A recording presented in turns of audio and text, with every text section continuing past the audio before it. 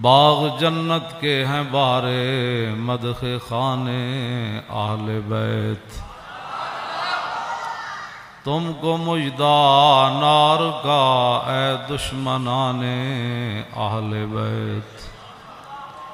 ان کے گھر بے اجازت جبریل آتے نہیں، قدر والے جانتے ہیں قدر و شان اہل بیت۔ اے شباب فصل گل یہ چل گئی کیسی ہوا، کٹ رہا ہے لیلہاتا بوستان اہل بیت۔ سر شہیدان محبت کے ہیں نیزوں پر بلند، خدا نے اور اونچی کی قدر و شان اہل بیت۔ زخم کھانے کو تو آب تیغ پینے کو دیا، زخم کھانے کو تو آب تیغ پینے کو دیا، خوب دعوت کی بلا کر دشمنان اہل بیت، خوب دعوت کی بلا کر دشمنان اہل بیت۔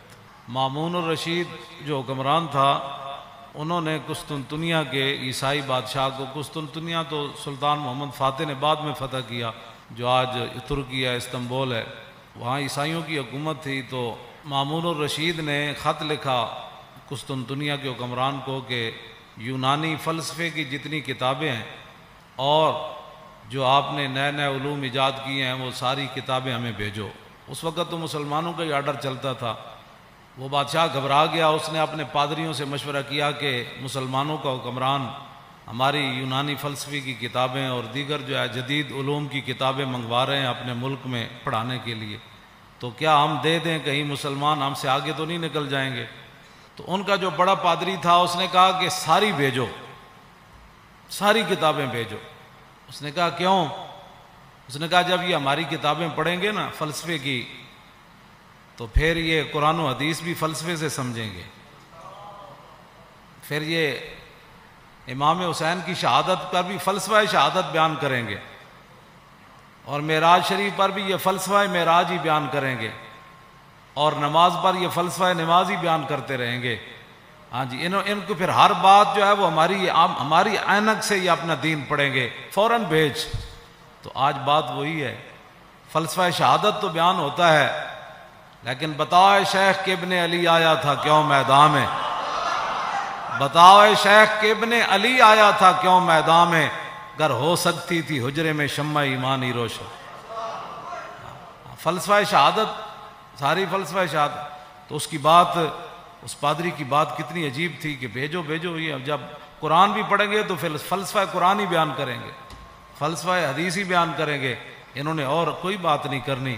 اس کی وہ دور رس نگاہیں اس پادری کی دیکھ رہی تھی۔ آج مسلمان نماز بھی پڑھتا ہے تو فلسفے کے تحت پڑھتا ہے، یہ نہیں کہ میرے رب کا کوئی آرڈر ہے، کہتا ہے ہو سکتا ہے جو کام رکا ہوا ہے وہ کام ہو جائے، ہو سکتا ہے ویزا لگ جائے، ہو سکتا ہے بیماری سے شفا مل جائے، اور یہ فلسفے کے طور پر سارے کام کرتے ہیں۔ تو اس واسطے اگلا جو شعر ہے نا، اس سے پہلے میں نے یہ بات اس لیے بیان کی تھی، آپ ذرا سوچیں کہ ہوا کیا کربلا میں۔ اپنا سودا بیچ کر بازار سونا کر گئے، عن عقبۃ بن ابی العزیر ان الحسین خطب اصحابہ واصحاب الحر بالبیدۃ۔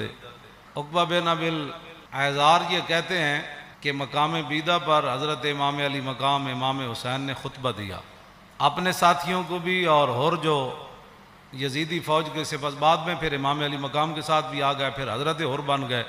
آپ نے خطبہ دیا مقام بیدہ پر، فرمایا فحمد اللہ واسنا علیہ، اللہ کی تعریف بیان کی، پھر اس کی توصیف بیان کی۔ فقال ایھا الناس ان رسول اللہ صلی اللہ تعالی علیہ وسلم قال، فرمایا میں نے اپنے نانا جان کو فرماتے ہوئے سنا، مر رہا منکم سلطانا جائرا، کہ تم میں سے کوئی آدمی ظالم بادشاہ کا زمانہ پائے، یہاں تو ظالم کہنا بھی کہتے ہیں جی آپ نے ظالم کہہ دیا. مرّا منکم سلطانا جائرا، تم میں سے کوئی آدمی ایسے بادشاہ کا زمانہ پائے جائر، جو ظالم بادشاہ ہو، مستحلا لحرم اللہ، جو اللہ تعالیٰ کی حرام کردہ چیزوں کو حلال کر رہا ہو، ناقصا لعہد اللہ، وہ اللہ کے ساتھ عہد و پیمان کر کے پھر اس کو توڑ رہا ہو. کلمہ پڑھنے کے بعد تو پھر نگاہ اور بندے کا رخ اور بندے کی ساری باتیں پھر ادھر ہی ہونی چاہیے نا. لو جی، مرّا منکم سلطانا، اے مولا حسین دا خطبہ ہے. مرّا منکم سلطانا جائرا مستحلا لحرم اللہ ناقصا لعہد اللہ مخالفا لسنت رسول اللہ، اور یعمل فی عباد اللہ بالاسم والعدوان. فرمایا رسول اللہ نے، میرے نانا جان نے فرمایا، جو ظالم بادشاہ کو دیکھے اللہ تعالیٰ کی حرام کردہ چیزوں کو حلال کرے اور اللہ کے ساتھ عہد و پیمان، کلمہ پڑھنے کے بعد بندے کی مرضی مک جاتی ہے، فرمایا اللہ کے ساتھ عہد و پیمان وہ توڑ دے، رسول اللہ کی سنت کی مخالفت کرے، یعمل فی عباد اللہ بالاسم والعدوان، اور قوم کے اندر برائیاں اور قوم کے اندر گناہ اس کا رواج دے، بجائے اس کے قوم کے اندر برائیاں اور گناہ کو ختم کرے. نہیں، یعمل فی عباد اللہ بالاسم والعدوان، وہاں سرکشی اور ظلم و ستم اور گناہ کو رواج دے. فلم یغیر علیہ بقول ولا فعل وکان حقا علی اللہ ان یدخلہ مدخلا. مولا حسین فرمانے لگے کہ پھر میرے نانا جان نے کیا فرمایا، ان حالات کو دیکھ کر کوئی بندہ اپنی زبان سے اور اپنے ہاتھ سے اس ظالم کا ہاتھ نہیں پکڑتا تو اللہ رب العالمین قیامت والے دن جس جگہ اس ظالم کو داخل کرے گا نا، وہ تماشا دیکھنے والے کو بھی داخل کر دے. ہمیں بھی بہت سارے لوگ مخلصانہ مشورہ دیتے ہیں، آپ کو کیا پڑی ہے، اس معذوری کی حالت میں آپ جیلیں کاٹتے ہیں، یہ کرتے ہیں، وہ کرتے ہیں، جی یہی بات ہے، کیا پڑی ہے آپ کو. دیکھیں بڑے بڑے لوگ، بڑے بڑے متقی پرہیزگار اپنے آستانوں پر بیٹھے ہیں، اور بڑے بڑے شیوخ حدیث حدیثیں پڑھا رہے ہیں، اور بڑے بڑے مدارس چل رہے ہیں. آپ کو کیا مصیبت پڑی ہے؟ کیوں جی، جو چیز مولا حسین کو لے کر کربلا میں گئی نا، وہی چیز خادم حسین کو بھی پریشان کرتی ہے. آگے آپ نے کیا فرمایا، الا ان ہؤلاء قد لزموا طاعۃ الشیطان وترکوا طاعۃ الرحمن واظہروا الفساد وعطلوا الحدود واستاثروا بالفیء وانا احق بالغیر. آپ نے فرمایا دیکھتے نہیں یزید نے کیا کام شروع کر دیا، قد لزموا طاعۃ الشیطان، یہ سارے کے سارے شیطان کے اطاعت گزار بن گئے، وترکوا طاعۃ الرحمن، اللہ کی اطاعت انہوں نے چھوڑ دی، واظہروا الفساد، ہر جگہ انہوں نے دنگا و فساد برپا کر دیا، وعطلوا الحدود، اور اللہ تعالیٰ کے احکام اور اس کی حدود کو معطل کر دیا، واستاثروا بالفیء، اور قومی خزانہ لوٹ کر کھا رہے ہیں. یہ امام حسین نے پھر آگے پہلے یہ بات فرمائی، پھر آپ نے فرمایا حسین مقابلے میں کیوں آیا، چشم گریاں مزرعے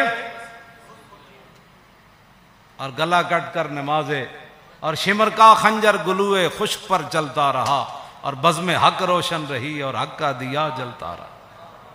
اے امام علی مقام فرمایا وانا حق بالغیر، فرمایا حسین سب سے زیادہ حق رکھتا ہے کہ یزید کے مقابلے میں آئے. میں سب سے زیادہ حق رکھتا ہوں حسین کہ میں تو. اچھا، اب جو فوج سامنے کھڑی تھی، آپ نے یہ بات تو آپ نے پہلے فرمائی نا، پھر جو سامنے آئے ہوئے تھے نا مقابلے میں، جو کہتے تھے دل تے تواڈے نال لیکن تلوار تواڈے نال کوئی، آپ نے فرمایا قد اتتنی کتبکم وقدمت رسلکم ببیعتکم، فرمایا یہ تمہارے خطوط ہیں جو تم نے مجھے بھیجے ہیں، اور بہت سارے قاصد تم نے میرے پاس بھیجے ہیں. کس بات پر؟ انکم لا تسلمونی ولا تخذلونی، کہ میں جب تمہارے پاس آ جاؤں گا تو تم پھر میرے ساتھ مل کر لڑو گے، مجھے یزیدی فوج کے حوالے نہیں کرو گے.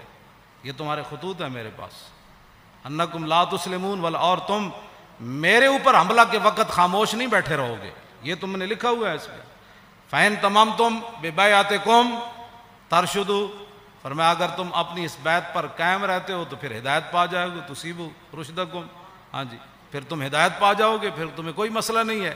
آگے پھر آپ نے لوگ پھر دیکھنے لگے یہ کون ہے، جان بوجھ کر بھی لوگ آنکھیں بند کر دیتے ہیں نا، کچھ ایک دوسرے سے پوچھنے لگے یہ کون ہے جو ہمارے سامنے خطبہ دے رہے ہیں یزیدی فوج میں سے.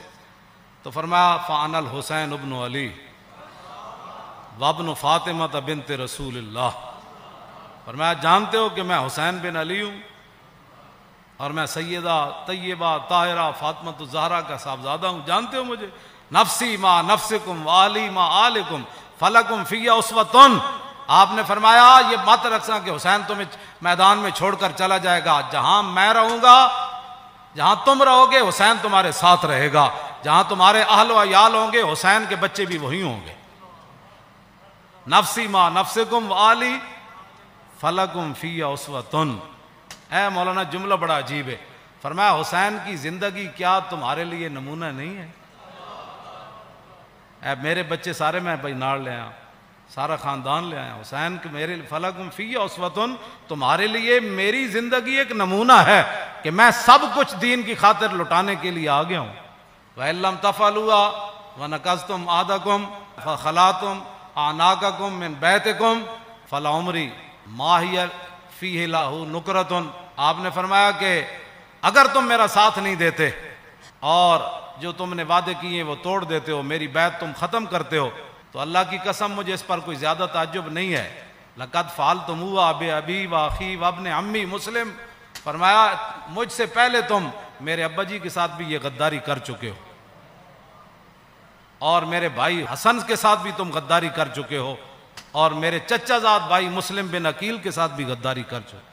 وَالْمَغْرُورُ مَنِ اغْتَرَّ بِكُمْ فَحَظَّكُمْ أَحْطَاطُمْ وَنَصِيبَكُمْ دَيَّاتُمْ.